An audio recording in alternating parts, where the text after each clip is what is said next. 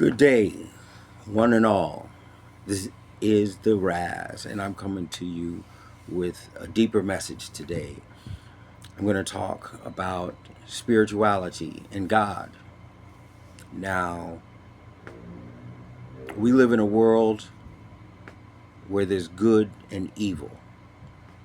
We live in a world where there's angels and there's demons.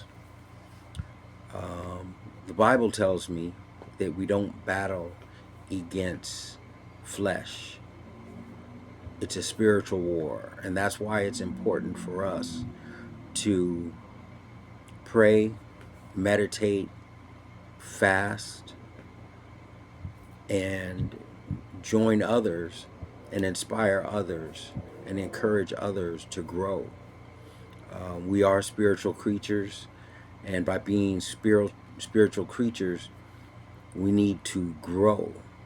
There has to be growth, because if we are just stagnant and we stay the same, at that final day, God is going to recycle that energy, because that energy, it's not good energy. God wants us to be better, to want to be better. So by having that type of belief, we are now a positive being. We're a positive spiritual being. We can influence others. We live our lives that can encourage others. Um, there are people in this world that we will say that they're evil, but I don't believe man is born evil. I believe that man is influenced by things that are evil, even possessed by demons and deities that make them do evil things without conscience, without worrying or having the concern of what they really did, how many lives they hurt. And, it's just another day to them, that human life has no value. Um, but my God, that I believe in from the Bible, is the God I am that I am. He is the God of Abraham, the God of Moses. And people want to draw a line between Muslims and Christians. They both believe in the God of Abraham. They both acknowledge Muhammad as being a prophet. They acknowledge that Jesus was a prophet. Muslims don't believe that Jesus was resurrected. Christians don't believe that Muhammad was a great prophet, godlike prophet. I don't know who has the right story. All I know is my life is my responsibility on what I do and my beliefs. My brothers and sisters that are Muslim, I encourage them, because I know we both pray to the same God. The ways we go about it may be different, but I do believe the end result, we both want the same. My Christian brothers and sisters, they're different sects within Christianity. There's one that they don't believe they're Christians, although they worship Christ. Um, there's others that want to attribute that a man was God. And I say to that, if that man was God, how come that man isn't alive today? If you believe wholeheartedly in someone and you put them at that God status, when they get 80, 90 years, if they don't see 100, 1,000 years, 2,000, 10,000 years, they're just a man. There are people that lead us and inspire us where we grow. They encourage us and they teach us. And we do need people like that in our lives. We don't need people that point the finger and put down other people. Because, like I said, we don't battle against flesh, it's a spiritual battle. And if those that want to worship the devil and they do things and go through rituals and they sell their soul to the devil, ask yourself, the devil will give you whatever you want.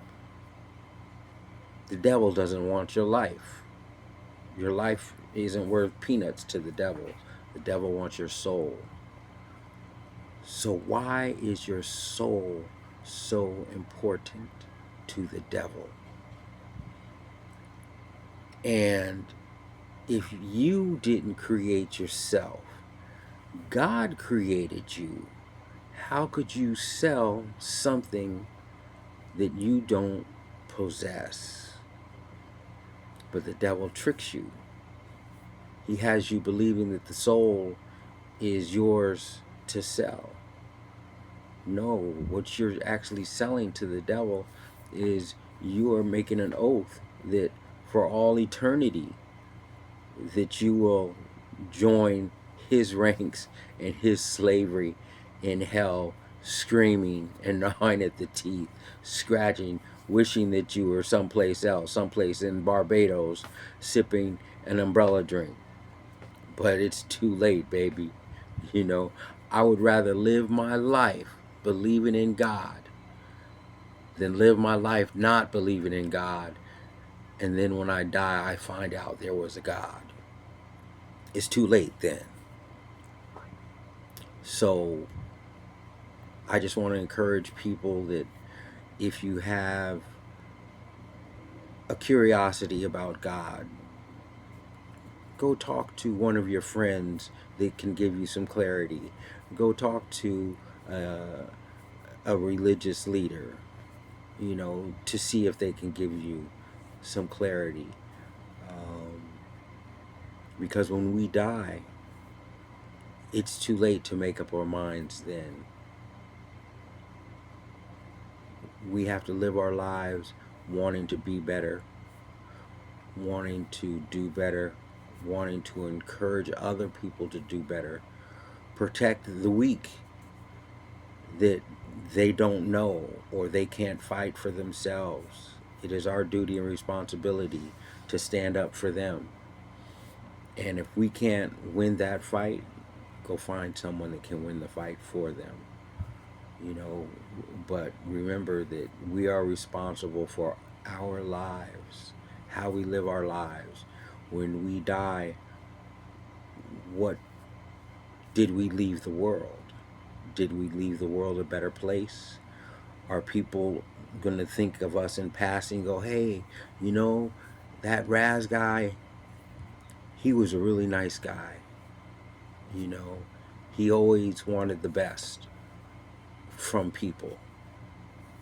You know, and if they were doing something bad, he didn't put them down. He just spoke his side, his opinion, and said, you know, you should really change your life. But I believe I'm no greater, no better than anyone that walks this earth. But I know I do different things than other people, and I hope the things that I do are pleasing to God. You know, I wish I had the ability to build a great statue to show how much I love and appreciate God and am grateful to God for waking me every single day. I'm 63 years old. And, you know, I think back it's like I have a lot of friends that aren't here right now, but I'm thankful God has me here, and He may just have me here to post this message that somebody can hear years down the line, because everything we do on the internet stays on the internet. So be careful of the things that you put out on the internet.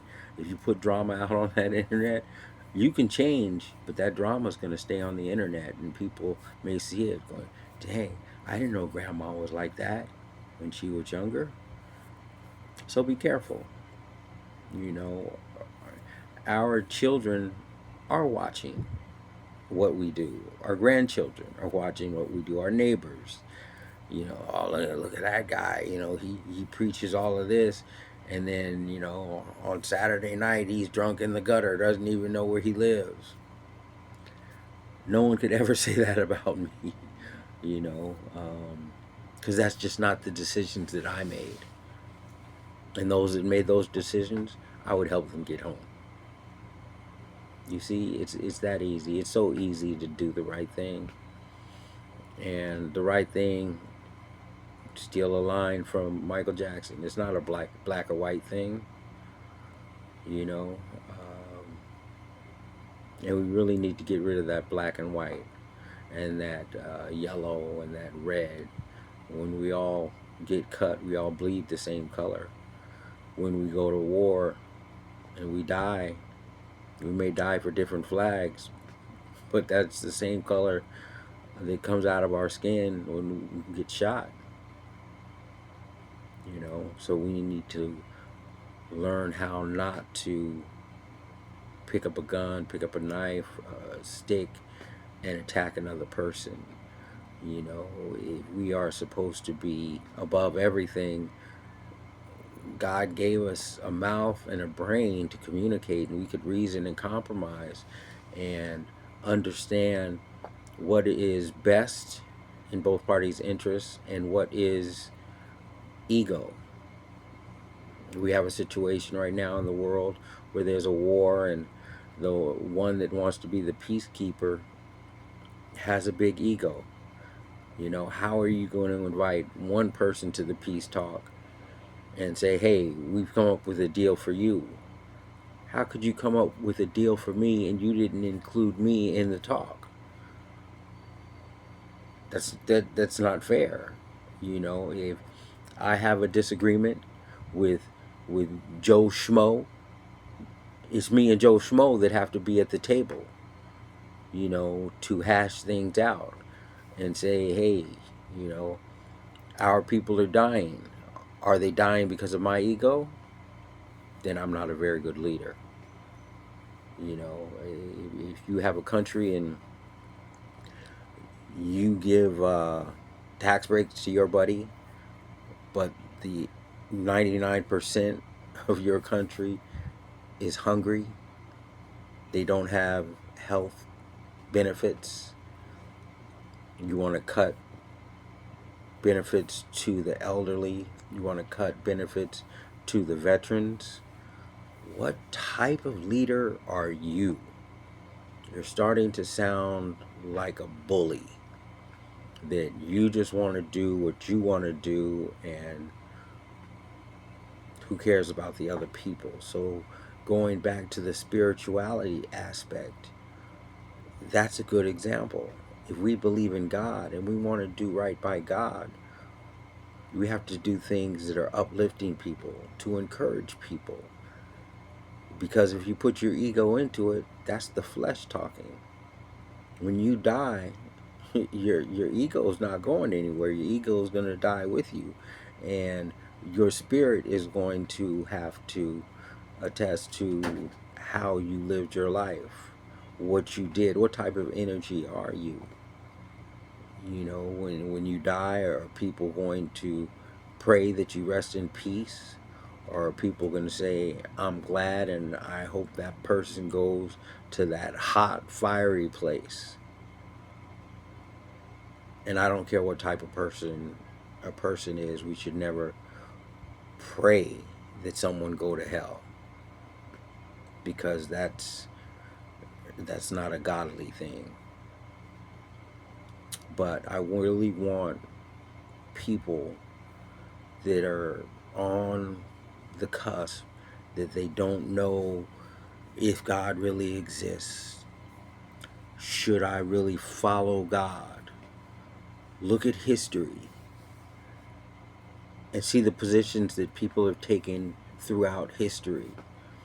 When Jesus was on the cross, and that thief that was next to Jesus just said, "Remember me." Those are powerful words. You're on a cross and you're dying, and you know the guy next to you on the cross really is God, and he has a bigger duty than you could ever understand, because he's allowing this crucifixion, and all you say to him is, "Remember me." And then just think of how much love Jesus had to have for man to allow himself to be crucified. He knew the whole time, his whole life, how he was going, how the body was going to die. And it had to play out that way, because when he was up there and he was going through his last breath, he said, "It is done." The sky grew dark, and it thundered and lightning, and right then and there, people that witnessed knew he was who he said he was. You know how many of the guards put down their helmet, shield, and spear, and they took up the following and the words of Jesus. So wherever you are in your life, encourage people. Read the Bible. Read the Torah. Read the Quran. But get to know God. God is in all those books. When you go out in the daytime, you should see God in everything. When you look at a little baby, you should see God. The trees, the birds flying, and just be in awe that God created all of this. When you see the sunrise, the sunset, the fish jumping out of the water, God created all of that. And how, and what order? You know, what type of genius did it take for all of this to just come to be? You know, that amazes me every day. I'm 63 years old, and I get amazed when I see a beautiful sunset. I'm like, wow, God, you are a beautiful artist. How you can paint the skies, these colors, with some, you know, being like cushioned with like clouds, and you know, the shadows, and there's all these things. This is a beautiful world that we live in. You know, if you have done something wrong to somebody, you're still alive. Say you're sorry. I don't care if you were right. Say you're sorry, just to move on. You know, hopefully by you apologizing, they learn something. And that's what life is about. It's about encouraging people, uplifting people. And I love God. I love people. I love God's creations. And I'm just saying that I want people to want the best for people. You know, all over the world, what do we want? We want to live with shelter over our heads, in a safe place, protected from the elements, food in our belly, provide for our families, and if we're really blessed, be able to take care of, you know, our neighbors. And that's it. And I wish peace and mercy and grace to everyone. God bless, and let God continue to be timeless and walk in good faith in a godly manner, and praise, meditate, fast, and draw near to God. Amen.